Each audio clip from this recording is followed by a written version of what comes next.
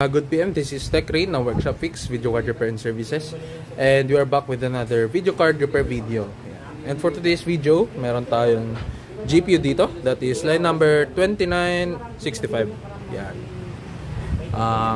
As you can see, eto na siya, gumagana na siya. Isa nga pala tong RX 580 8GB, tapos yan, dual fan.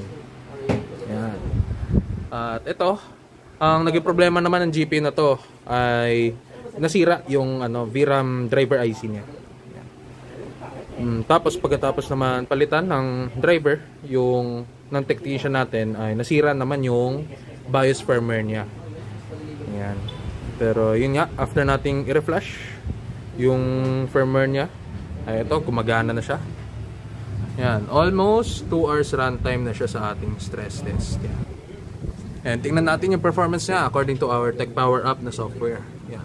Ang kanyang temperature ay 68, halos 70 degrees Celsius. Tapos ang fan speed niya ay 41% performance. Yan. Dito naman tayo sa ating game test. Yan. 2 hours running. Ang FPS niya ay almost 30 FPS. Naglalaro sa 30 FPS. Hindi kagandahan pero importante gumagana na yung GPU ni sir. Goods to goods na. Gumagana na yung GPU ni customer. And pwede na siya i-claim. And that's all for today's video, and this is Tech Rain, and see you on the next repair.